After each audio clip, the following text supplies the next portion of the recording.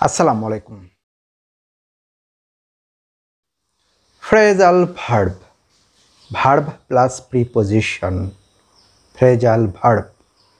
তো যদি আমরা কোনো নাউন বা প্রোনাউন ব্যবহার করি এই ভার্বগুলোর পরে, তাহলে সেই নাউন বা প্রোনাউনের অবস্থানটা কি হবে?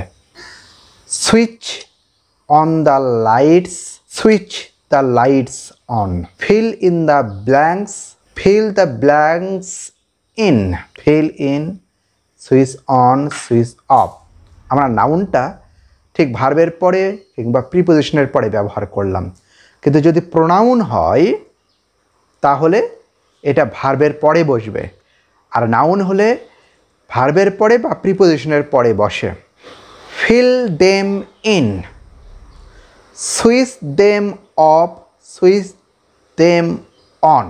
Verb plus noun plus preposition, verb plus preposition plus noun. কিন্তু প্রোনাউন হলে verb plus pronoun plus preposition, অর্থাৎ নাউন উভয় ক্ষেত্রেই ব্যবহার করা যায়, ভার্বের পরে প্রিপোজিশনের পরে, কিন্তু প্রোনাউন ব্যবহার করা যায় শুধু ভার্বের পরে। Thank you.